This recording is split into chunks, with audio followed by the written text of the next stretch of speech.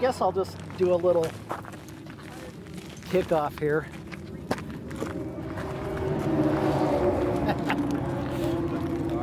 All right. Thanks for all of you for tagging along here.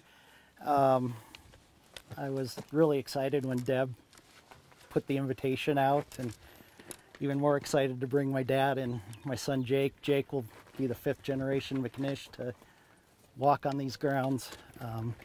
His great-great-grandfather was one of the 74 victims, plus one rescuer who passed away.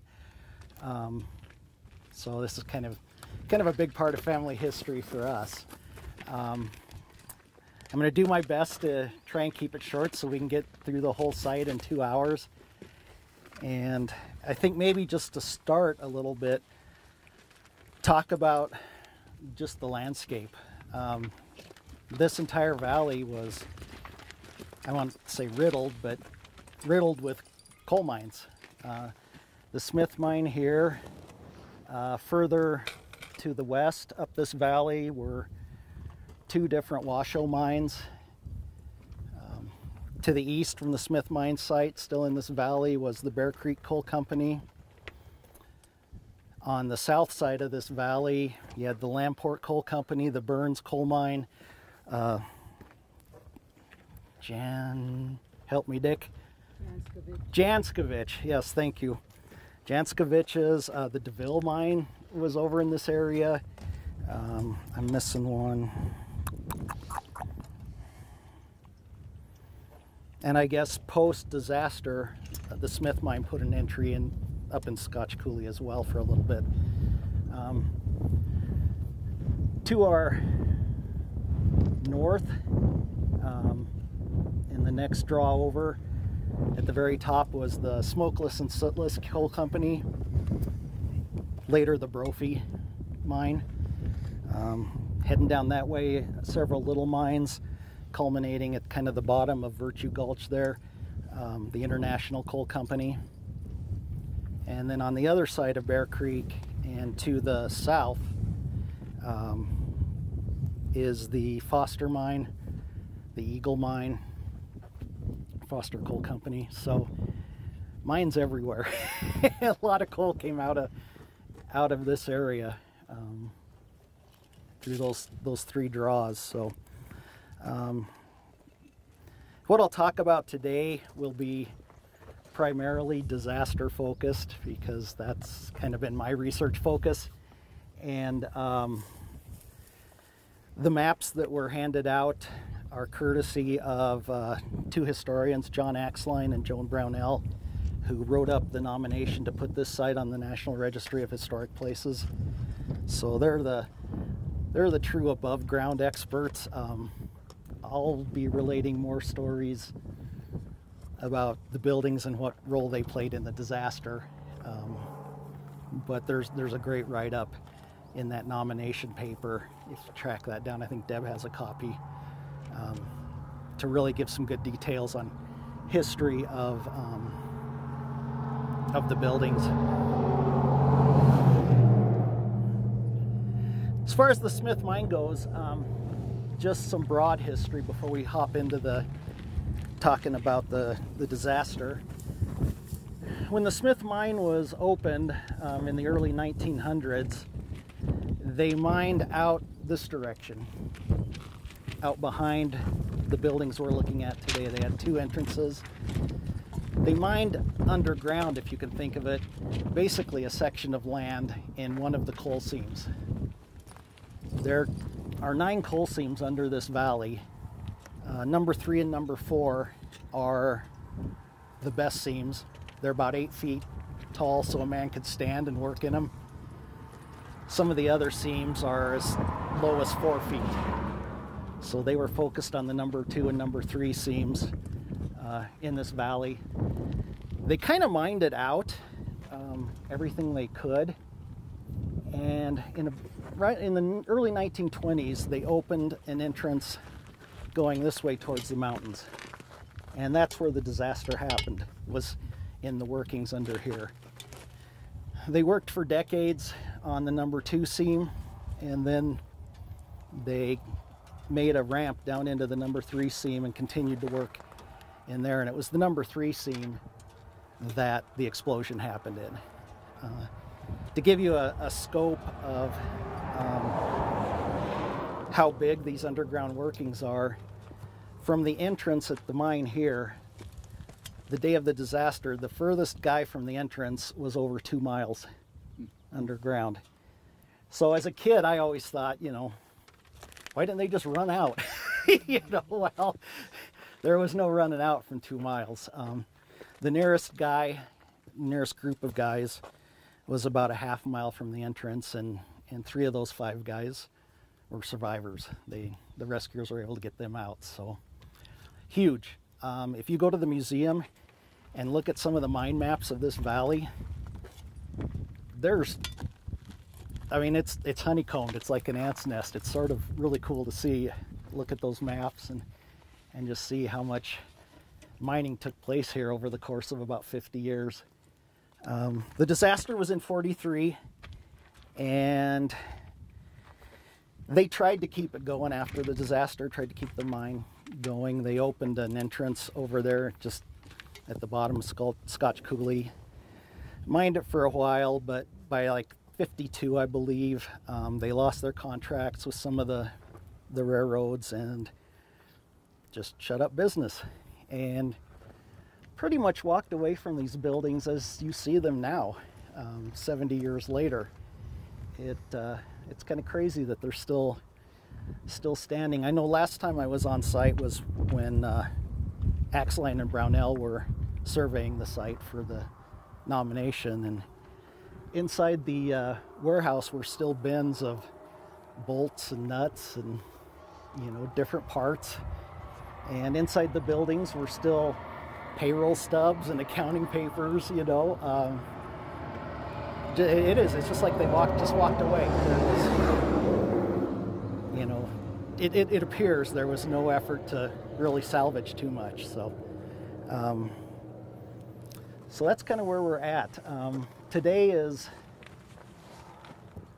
well, 80 years since the disaster and about 100 years since this mine was first opened. So we're looking at a century of history that, at least of this site, that we'll try and touch on a little bit from the Smith mine point of view. So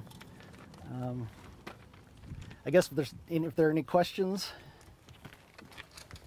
I think if not, let's just walk down and we'll stop and hit the highlights.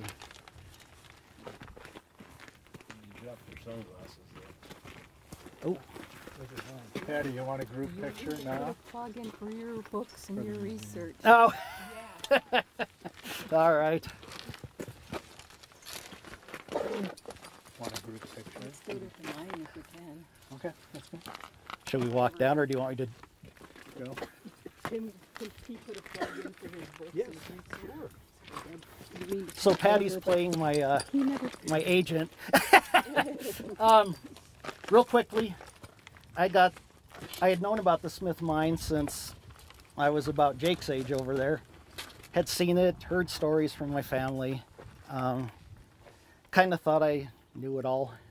And about 2006, I randomly kind of wandered into the Historical Society and thought, well, I'm just going to see what I can find, you know, see if there's anything I don't know about the Smith mine. Well, 3 years later, I had self-published a 3-volume set on the Smith mine, and then had worked with Arcadia Publishing on doing a couple of Postcards of America books, Bear Creek Valley and Clarks Fork Valley, both pretty coal-centric, by my own admission. And I also discovered I didn't know a lot. And I got the bug, and I thank the museum for all of the archives they had that allowed me to answer a bunch of questions. So.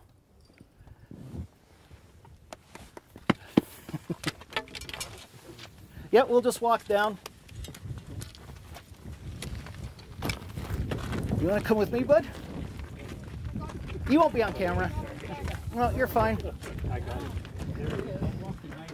Control their own car. That's what I was wondering, yeah. Sorry, I didn't mean to. No. You got a lot of supporters, Jake. But, yeah. Help, no, I'm just getting the shot of everybody walking down. You know, I think DNRC did the final, kind of closing them down. I've heard stories from people who grew up here that some of the local guys just kind of bulldozed shut a few of them just to keep people out. No guarantee that the snake gets the first guy. Sometimes it's the last guy. So you're in the middle, huh?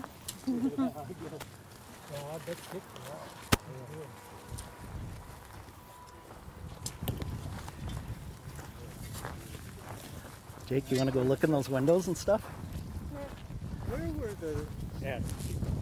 Yeah. When they started on the north side. Where? Yeah, if you look at a map of their underground workings that way, they're in a perfect square of the section of land. And on this side, the next section of land, the Bear Creek Coal Company owned. Okay. So all the tunnels stopped. You know. Bear Creek was huge. The Bear Creek Coal Company. Yeah. Pictures I've seen. Yep. They were gone within. As my understanding was, this was the administrative building.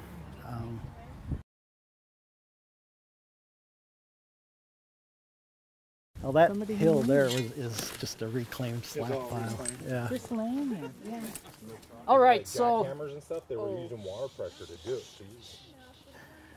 so we kind of stopped here because this is an interesting story. This is the administrative building, mine management, mine ownership, basically.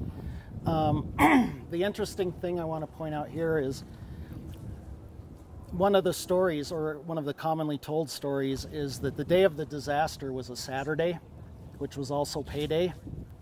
And the guys that were working that day, it was a time and a half day. That's why they were working. And that little window there is the paycheck window, the payroll window. So the miners' wives, many of them were out here that morning to pick up paychecks as the guys were underground. The disaster happened a little after 8 in the morning when the day shift went on duty. So you can kind of imagine this was sort of a bustling area. There were wives and kids down here picking up paychecks.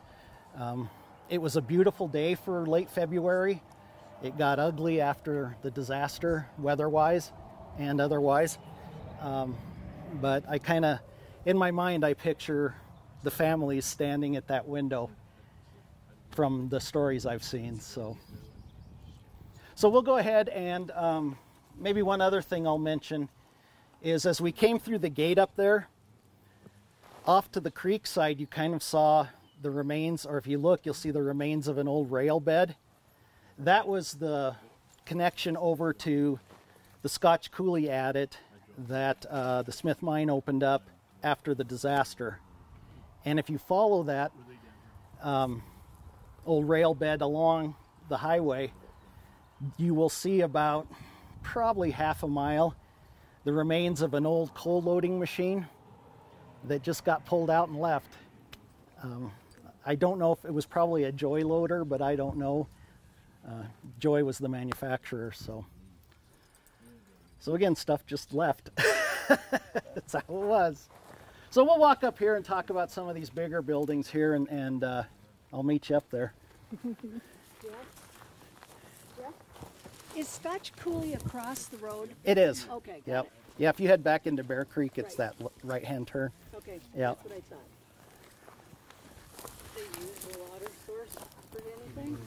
Yeah, so I I'm mean, it's confused. right on There was actually kind of a parking lot up here.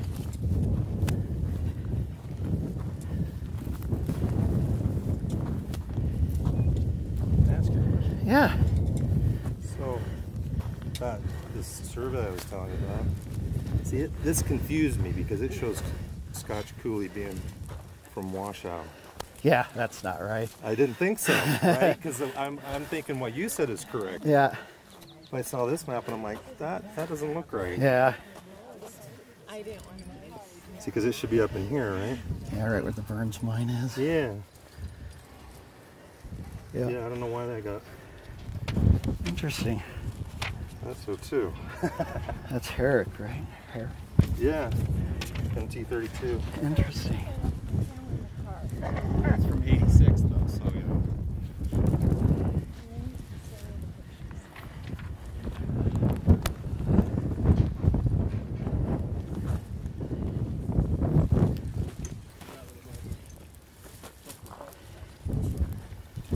All right, so we stopped here kind of on the flats. You can see this flat area leading up to the concrete works up there. This was a parking lot. The road we walked in was access for coal removal from all these processing buildings in the background. And we'll see them better from up above, but everything that's still standing here is really the core part of washing or unloading, washing, sorting, and eventual distribution of the coal. The railroad tracks would have run right along here as well. They'd have driven under those hoppers. You can kind of see the big triangle thing for loading the coal cars with coal.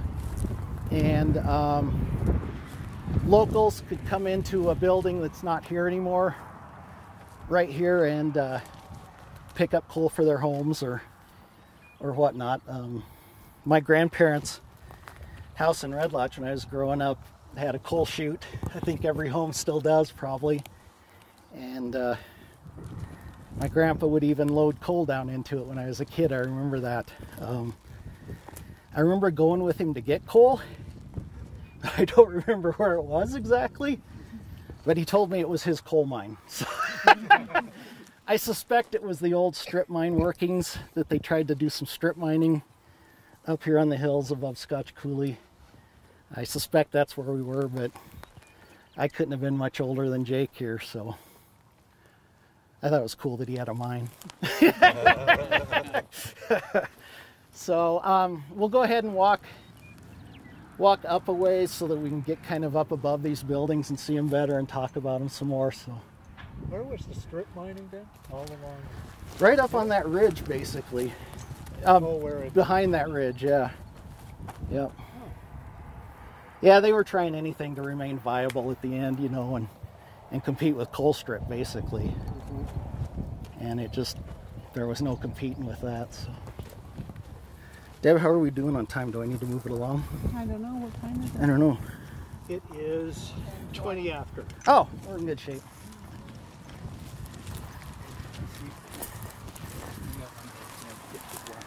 Oh yeah. I know. Drives me crazy. That's why I'm carrying this big thing with the huge ice.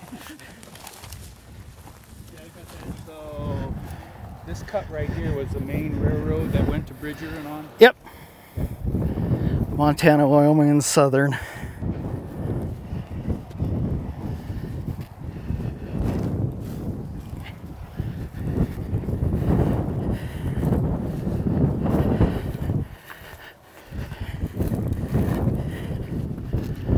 Can you imagine those things being full of coal and the railroad car would drive under and just whoosh, fill a whole rail car with coal.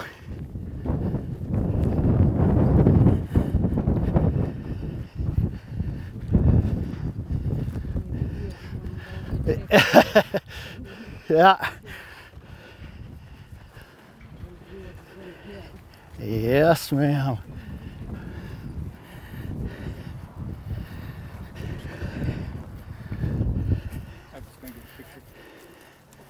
I always wondered what that sign was from the highway. A whistle sign? Yeah, I don't know. I always wondered what that was.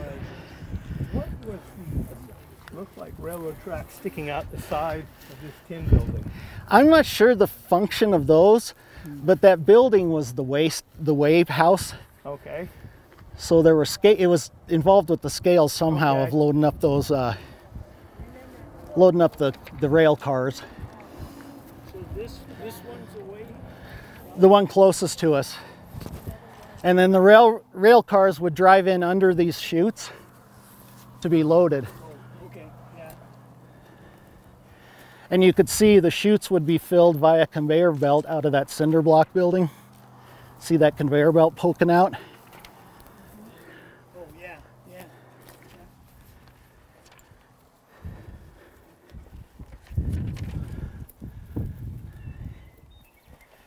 Look at the concrete at the rocks. Just raw concrete. May do it what they had, you know.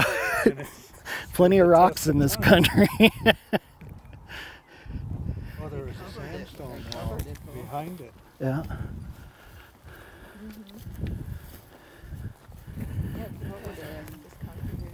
Or car away.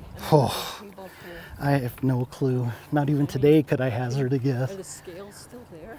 I'm sure they pulled those out. I don't know if they might be still buried. Let me know if you can read it. Yep, whistle, W. Oh, All So right. they must have whistled before coming into the... yeah.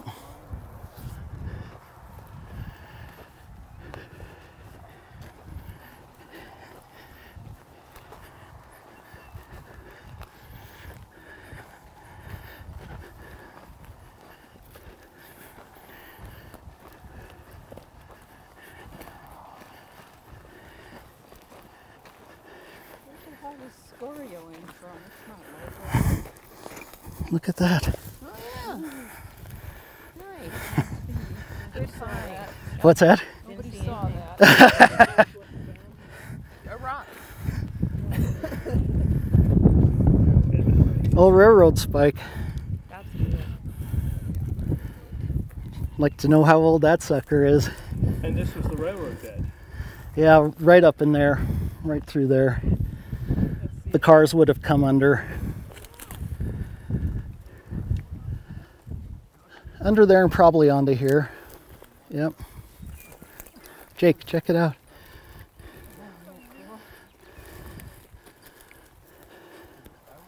So what's this tin building up here? Right there Yeah. with the cupola.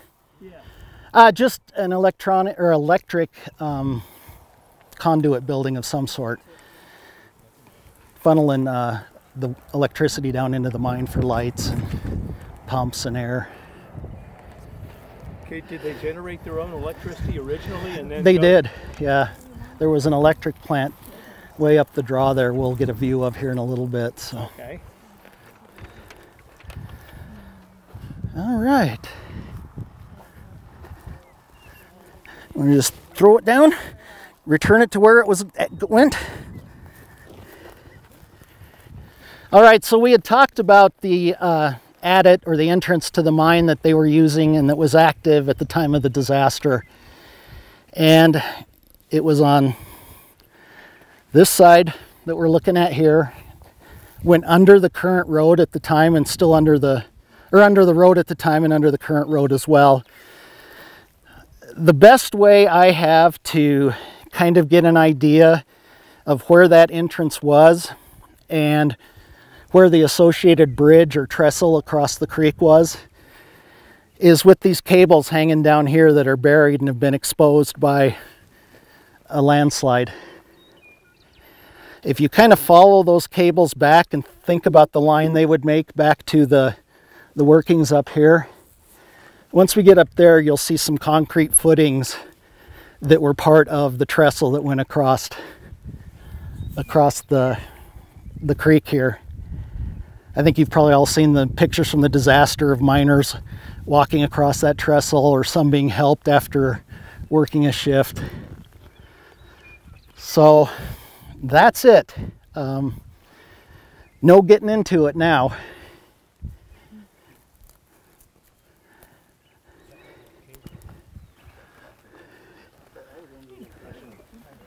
Have a few words because apparently he was her father had something to do with this, Okay.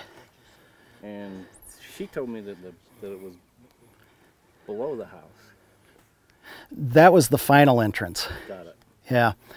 After the disaster here, they never did mine out of that area. Instead, they went below the house and opened another at it, the fourth one that I'm aware of, and mined that for a few years before kind of closing up shops. So. Okay. Thanks. Yep. Someone told me once they dug a breathing hole, like, is that it right there? Above the highway, they sunk a shaft. There was a shaft. I'm not certain geographically where it's located, but there was an air shaft into the second seam, the second from the top, and they were working on one into the third seam, but it hadn't been completed at the time of the disaster. So I do know there is an air shaft hole up Scotch Coulee, kind of up in the hills. It was probably part of the old Lamport mine, but it's a pipe sticking up out of the ground, probably maybe 6-inch pipe, and you can drop a rock down and hear it ding, ding, ding, ding, ding all the way down and plop. So yeah, there's somewhere out there, whether it's been covered up or not, I don't know. There is in fact an air hole. So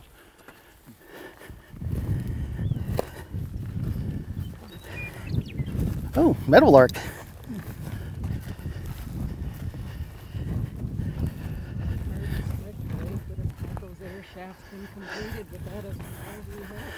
It wouldn't have hurt, that's for sure. And that was one of the bones of contention in the coroner's inquest. Yeah.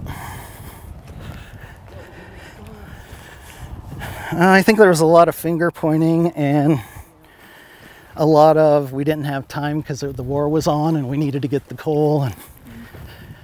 And yeah. All right, we'll cut up here.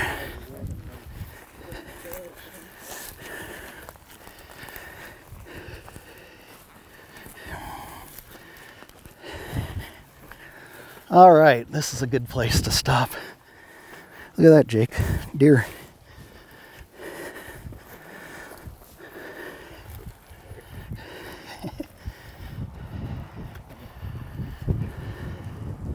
So this is a good place to stop and I think talk a little bit about the rescue. The reason I say that is the only building still up on this site that was a residence is right over there. That was the Jacob Cameron house, and many of my relatives who were part of the rescue efforts, which eventually just became recovery efforts, were local Scots. And Jacob Cameron was a good Scot as well, and also a relative of some of them. And so my grandfather and other family rescuers would spend some of their off rescue time in that house, resting, sleeping, eating. The story goes that they had a pot of coffee on boiling round the clock for, I'm assuming, the 9 days. It took 9 days before the last miner was recovered. And it was boiling so much, it was cold out, so there was condensation inside that the wallpaper peeled off the walls in there. And I don't have reason to doubt that. I don't know why you'd make that up, but I guess it just speaks to, you know, to the effort that was going into the recovery effort. The miners worked, the rescuers worked, I believe 4 6-hour shifts and round the clock. So guys would put in 6 hours and then go rest. The interesting thing about the recovery effort was that the explosion, now remember they were 2 miles that way. The explosion took out all the electricity, all the air, and all the rail service underground. So the rescuers had to go in and rebuild all of that ahead of themselves because the air was bad. Some of the early rescuers just really exposed themselves to too much of the bad gas that was in there. One ended up dying from it. He's known as the 75th victim. So the effort was immense. They had to carry timbers, wiring, brattice cloth to rebuild the ventilation system, rebuild the rails. They had to do all of that ahead of themselves as they went, and the further they got, each round trip next time was that much further. So it was sort of an incredible effort that those guys put in to do that. To give you an idea of the strength of the explosion and the damage done underground, there was a 20-ton electric locomotive that was driven by Pete Givetti. And when they got to that, the explosion had blown that off the rails and against the wall of the mine. So about half the mine underground was hit with flame from the explosion. The other half wasn't. And about half the victims died from burns, explosion, trauma, but the other half died from the bad gas. And in some cases, they were so far away from where the burn happened that all they probably knew is they were mining away, it was loud, and all of a sudden all the electricity went off. They may have felt an explosion, I don't know. But they knew when the electricity went off, there's no train coming there to get them at the end of the day, so they started walking out in groups. And that's how a lot of them died. They walked out and just succumbed to the bad air. They often just sat down in groups. You could tell one group sat down once they realized, they kind of got to the edge of the burn and realized, okay, there has been an explosion. And another group, you've probably heard the stories of the chalked notes on boards, tried to barricade in the tunnel they were in to hold in good air and keep bad air out, but it was for naught. And that's kind of how a lot of them went. Another thing that gives you some indication of the power of the explosion, they found one miner who had been blown out of his clothes, thrown to the ceiling, and then down the mine several hundred feet. So that poor guy didn't know what hit him, I'm sure, while others did. One of the things I was curious about is where in the mine was my great-grandfather, and I was able to find that information and know that he was with a group of 5 other guys. They were mining, and they were burned and killed by the explosion. So I could tell you on a map where they were. And I ended up finding the location of almost all the other guys as well. I only have about 15 or so that I don't know. I know roughly where they were, but not exactly. So let's see what else to say about the rescue. I guess that's it. We'll keep walking. Yes, sir. What is brattice cloth? Oh, brattice cloth. The ventilation in the mine all started at the entrance with a separate parallel entrance and a great big fan driving air down into the mine from the surface here. That air may be routed underground to where is routed to where the working areas are. And so they would put up like canvas cloth to prevent that air from leaking into an unused tunnel. They would hang sometimes some tubing to get the air, but the whole thing was to try to get air from a single fan up here on the surface 2 miles that way to where the guys were working. And so they had to kind of, I guess, curtain it off to try, that's a pretty big task to keep air flowing that far underground, and with as many opportunities as the air had to not go where they wanted, it was a big undertaking. All right. Questions? Oh, Get a family picture, you guys. Your family Oh, let's do it up by the big building there. So what is that building?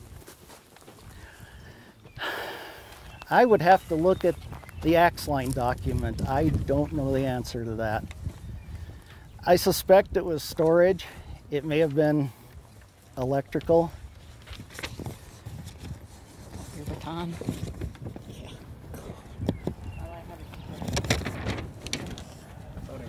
I thought I had it with me too. Here.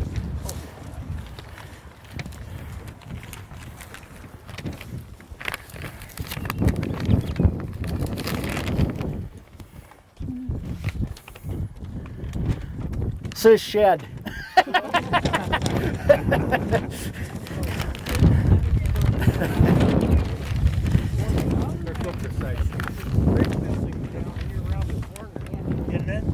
That was, as I understand it, that brick building was a powder shed.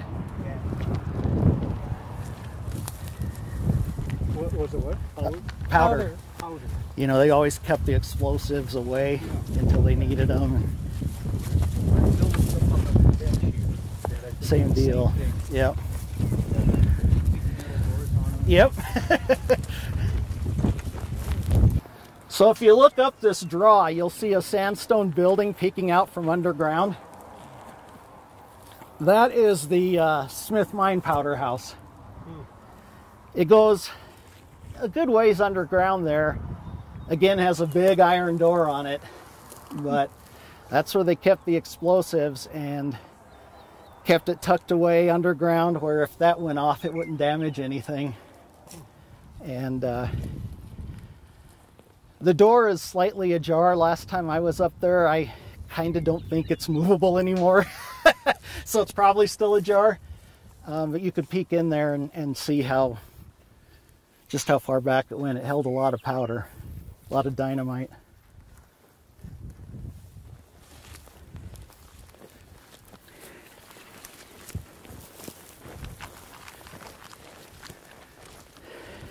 I'd mentioned early on that there were two adits or mine entrances behind the buildings you see from the road. I believe this is one of them up against that hillside. The other one would have been down a couple hundred yards.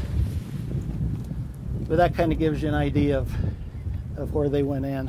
Is it that wood trestle up there you're talking about? What's that? Is it the wood trestle up there? That's sticking outside of the hill? The wood sticking out, yeah. That was the mine's entrance? I believe that was one of the adits. The original one. Yes.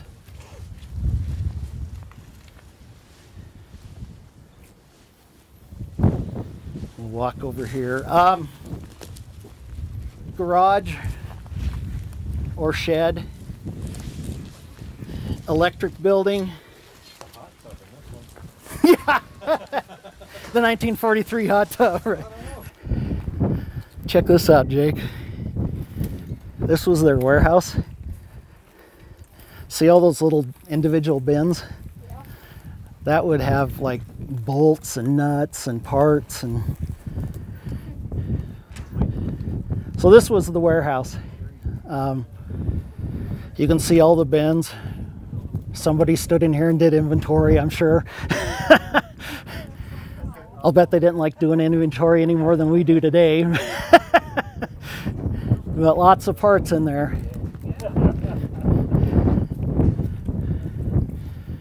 One of the upright stacks has fallen over. Roof is gone.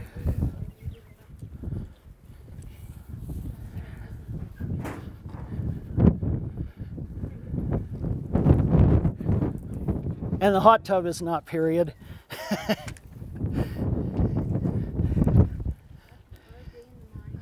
Yeah. I speculate on that. I think it is part of a generator.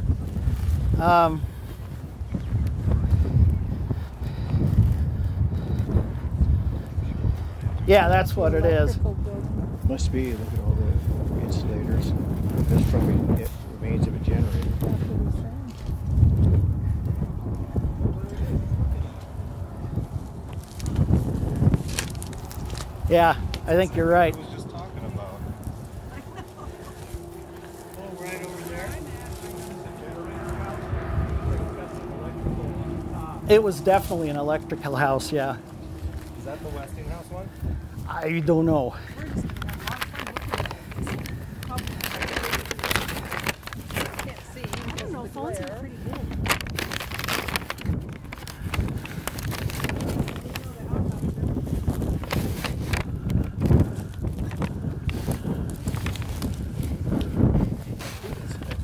Supplies. Yeah, it just says substation. Oh, okay. There's one sitting out here somewhere that says Westinghouse. They don't have basements. I guess it's wrong. Everything is bigger than a mine. No, it's Jeez, Jay. So the building behind me is the repair shop, or was the repair shop at the time of the disaster. You can imagine this building lined on either side, well, lined on this side with lathes, drill presses, you know, whatever they needed to repair anything under the mine. You can see evidence of that if you look in here and look up along the top.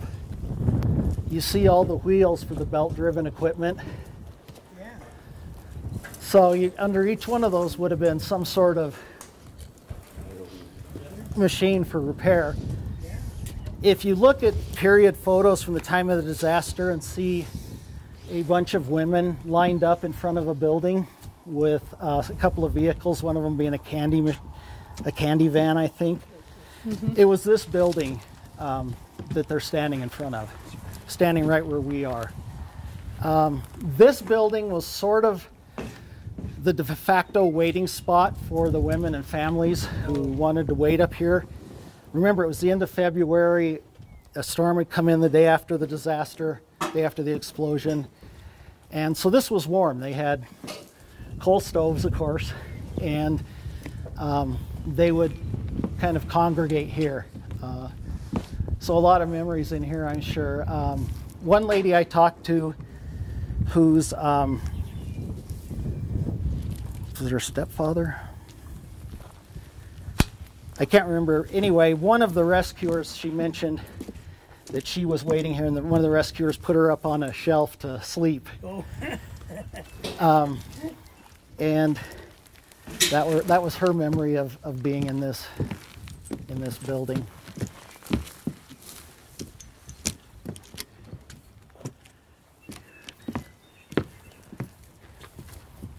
We'll maybe go down and take a peek. There's a big boiler and furnace, if I remember correctly, at the end. So. Okay. And that was power generation. Yes, I think, yeah, that was probably. And some de facto heat.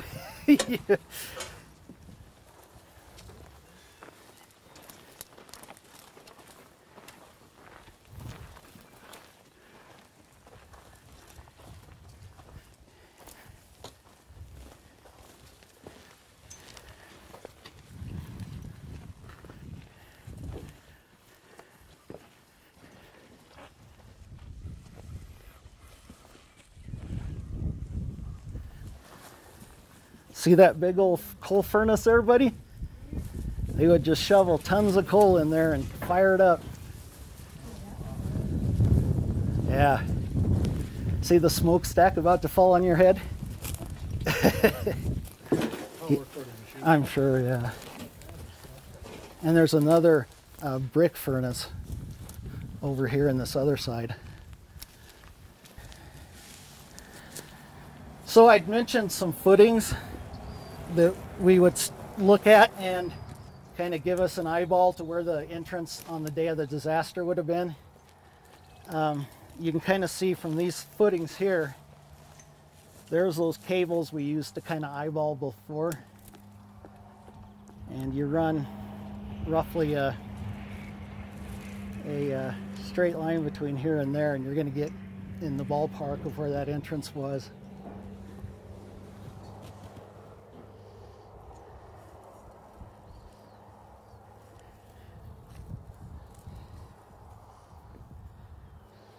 The coal would come out of the mine, out of that adit, across the trestle, across the bridge, onto tracks that would then run over to that tall building. The cars would be run into that tall building, and there was a big circular mechanism. It would latch onto the coal cars, turn, and dump all the coal out into the bottom of that building. There would be some slack separation, and we'll look at this later on, but then it would be conveyor belted up to this building where it was processed, washed, sorted, gotten ready to put into the hoppers for the trains or to sell locally.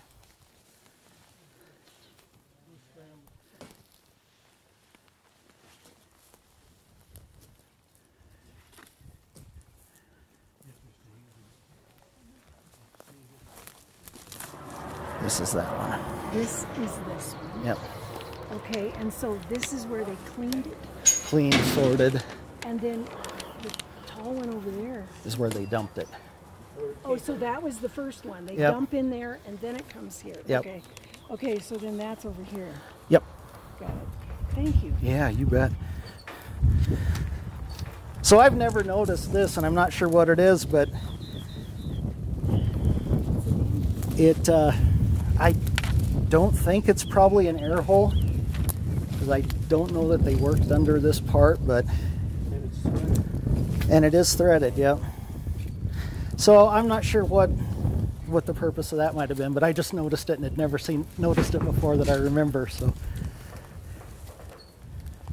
Is it pipe running? Yeah. Fuel maybe for Maybe.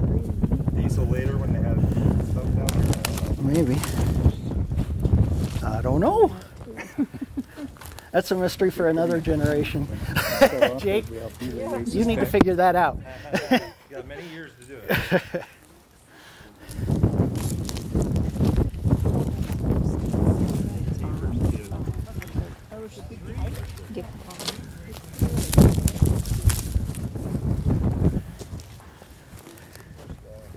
Wow. That is like barely hanging on by that rope or that metal cable.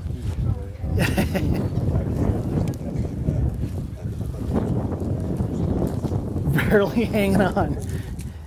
Oh, don't step on these nails. Yep.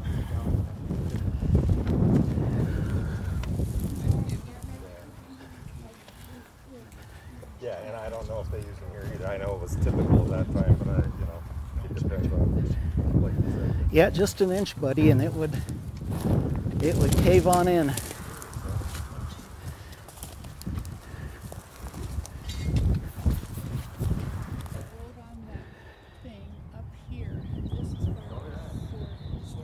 Okay. Different kinds. Okay, different size. Washed and sorted. Okay.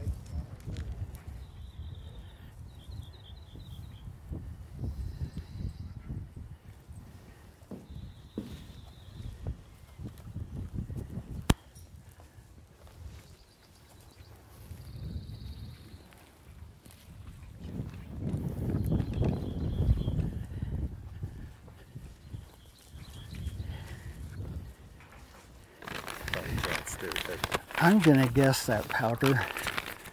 I'm sorry? I'm gonna guess the powder house. Way down there. Yeah, but I don't know that for sure. I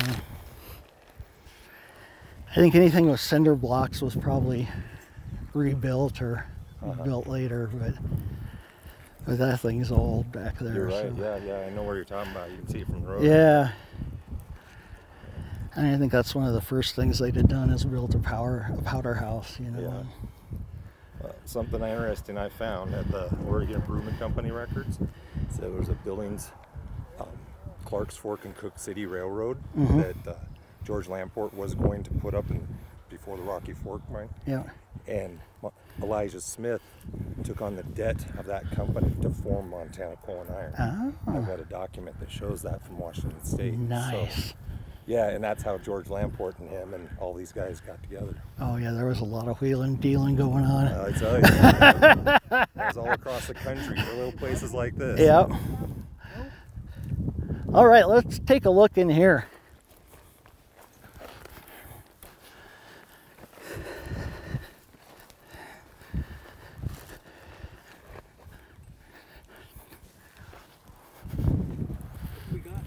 This is a tipple. This is part of the tipple? This right here. Okay, that's the tipple. What's this? I'm not sure what that is.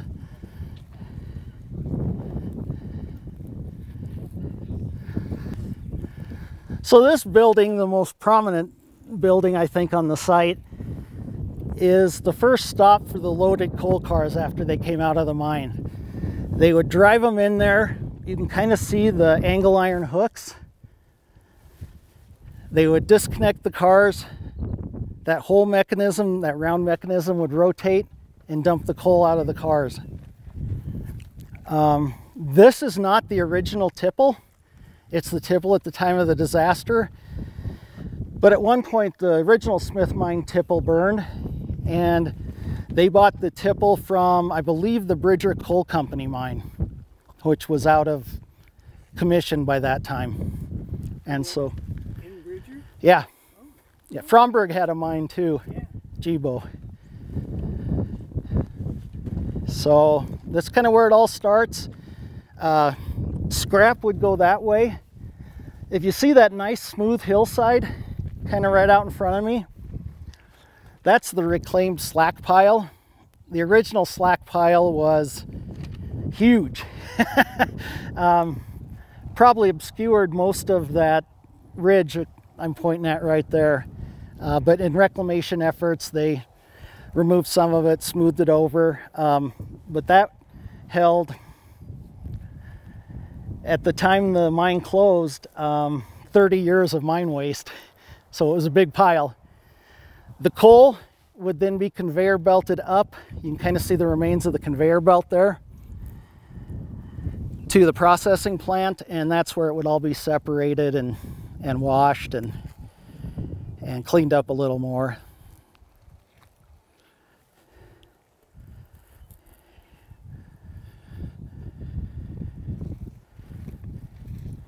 So how did they do the individual cars? Each one get uncoupled and dumped and then dropped? I think they would do several cars, but I don't know that for certain. But it looks to me like there's room for several cars in there at a time. Dump it, back it out. I think they probably had a second set of tracks coming out. Yeah. And that's where it all happened. Very cool. Very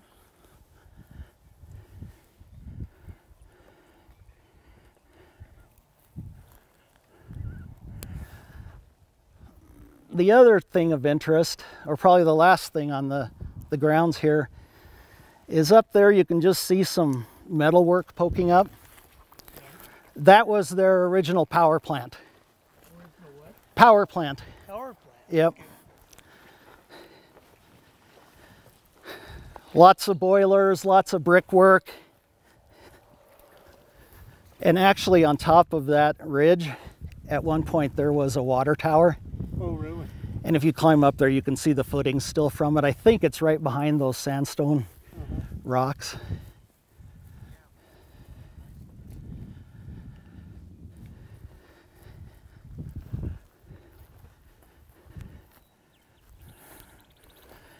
find it amazing they just fire these plants up and they'd have electricity. Yeah. It seems so simple, Yeah. but they couldn't wait to shut them down, right? Once Yeah. electricity came through. Yeah. Yeah, I've read accounts that the electrical plant for the Bear Creek Coal Company actually powered some of Bear Creek as well. Oh, really? Yeah. How long have you been here? About 32 hours. Already home. No, at least 24. Feels like a big 20 minutes. Yeah. Over an hour, buddy. Now, that ridge right going around there, was that where the train went? Were there tracks that went There around were that tracks. corner? Yep. Okay. You can kind of see those Yeah. two concrete. All right. Those would have held the tracks. Okay. My feet hurt. Me too. I think you're walking twice as much as we are. We need to get a picture of me, you, and Dad. Or me, you, and Grandpa, Jake. So that platform that comes in underneath, so would they bring coal in and dump off into the bottom there too? Yeah. Okay. Yeah, they wouldn't dump out of here to the trains. It was that other When we were building. doing the No, but look, there's a nomination, platform that's the thing. on this end Axe of the line was building so in the middle. fascinating. Looks like Ah, they drop into that hopper. Yeah. thanks for coming. Would they just push stuff off into there? Yeah, I think that was the Oh, slack. thanks, Bev. And then there She's was really a the one who put it all together. for Yeah, everybody. and there was a conveyor belt system that you can't even see anymore up to the top of that slack pile. There. Yeah, oh yeah, inside it. Amazed how big this That is. You thing is see it from the amazing. highway, Good you're not God. thinking Sometimes I've of the ever other Yeah, street. you get up here and it's huge. Yeah, it's like peanuts up there. Walk up there. Okay, you guys, I'll see you. Okay. I gotta run. All right. Thank you so Thank much. you. Nice Thanks, meeting Brett, you. for Thank you. allowing us. No problem. Were you gonna go down here or how? Oh, we'll go back to I that. think I can just go down the hill. Thanks so Yeah. much. Okay. Bye-bye. Well, And there's the thing that was so fascinating to John. God. John kept saying, John.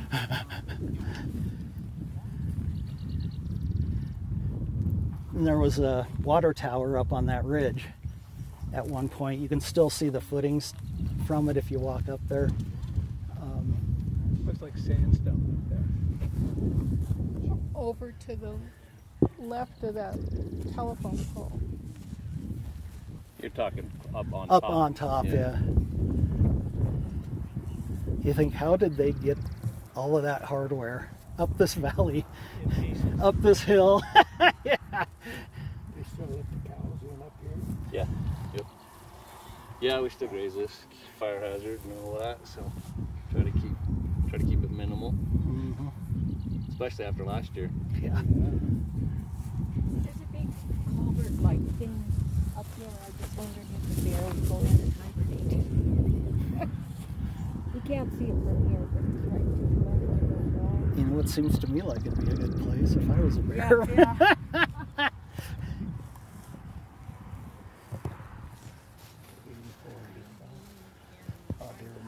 They were mining that way towards Red Lodge. They ran into Red Lodge. Red Lodge tunnels. Yeah, Oh, the they ran tunnels from the other side? from the other side, and they Oh, actually yeah. literally ran into a maintenance room, and there was engines in there of cars. Yeah. And of the three guys that broke into that thing, the roof was down to about the top of the cars. They said it was really spooky in there because it was just so compressed. But two guys went in, came out with oil cans and oil things. And the guy that was telling me, my dissertation, the subtitle we had the is house across having no from reservation. the post office down there. Board, Oh, okay. And so Shoot, tier is I know he built TIERS Mike for Kozak's house in Red Lodge. And So it's talking about what's his name? We went to school with him, Beverly. Anyway, he was one of the miners. He's those two other guys went in. He said, I just sat and looked at old cars. well, my grandpa worked that mine, but he also worked the Smith mine at the end. Oh, did he? The adit. And when that roof starts coming in, they call that a squeeze. Yeah. Oh, does it? Yeah. And that happened in that adit. And he said they called him to come get all the equipment out. There's a squeeze going on. So called all the miners. They went in there to get all the equipment out as the roof's going like this. You know? Well, as a boy, you know, Will and see, I showed that before these guys Yeah. show up. but like the Foster mine, I went in there with a school teacher and a coach and another boy from there. But it was sparkling in front of us, and we couldn't figure out what that was. But none of us, we didn't even have a flashlight. But we walked down, and the mine sloped like this. Well, the water came up to here, and so we're literally looking at an inside lake that was, if you kept walking, you're going to be over your head. Yep. Because the cracks are down there. Yeah. You know? Yeah. So and I guess they said all the mines had pumps going Yep. all the time. Yeah, you know the one where it goes around the corner there in Bridger, there used to be a mine shaft up there, and we, same thing, we were under threats of death if we ever went in the mine. Yeah. So I couldn't kill it. The mine will Anyway, kill you, it or was your the parents same way. will. It had just a gradual gentle slope, and you go in 100 feet maybe, and Yeah. then it's water. I think this one, if you see the pictures where it comes out over there underneath the highway, it looks like it's pretty level. So maybe they ran into the coal right away. I don't know how that really works out, how they figure it. Yeah, I think it kind of sloped to the mountains. It looked like it was a nice gentle slope. Yeah. Yeah. The museum did bring lunch? No, I didn't.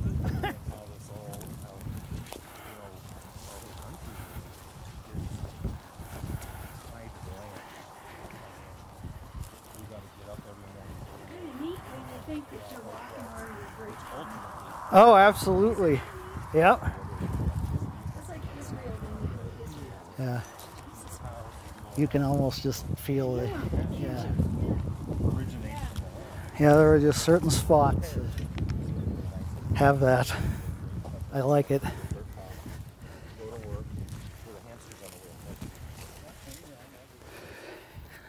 Do you know that the Ghost Hunters came here one time? That Ghost Hunters TV show? They thought they might be able to find ghosts here, but I don't think they did.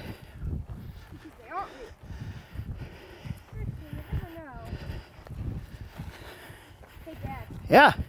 You know that there's one kind of zombie that exists? What?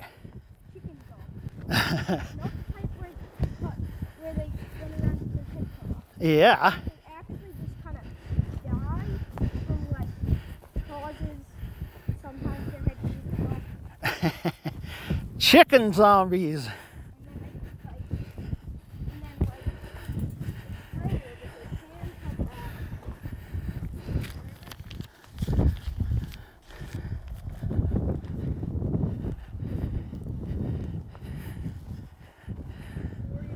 The Ghost Hunters came out here. Oh, like the movie? The TV series, do you remember that? Yeah. I said somebody should do that, but they've already done it. Yeah.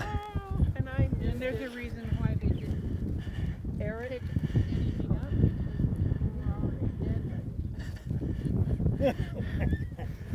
So that far building down there originally was the mule barn before they... The mule barn. Which one? The furthest one down. Oh, okay. Yeah. Oh, I want to go in there now. Well, go ahead. Yeah, you're free. It was repurposed to storage, you know, of course, probably in the late 20s, I'm sure.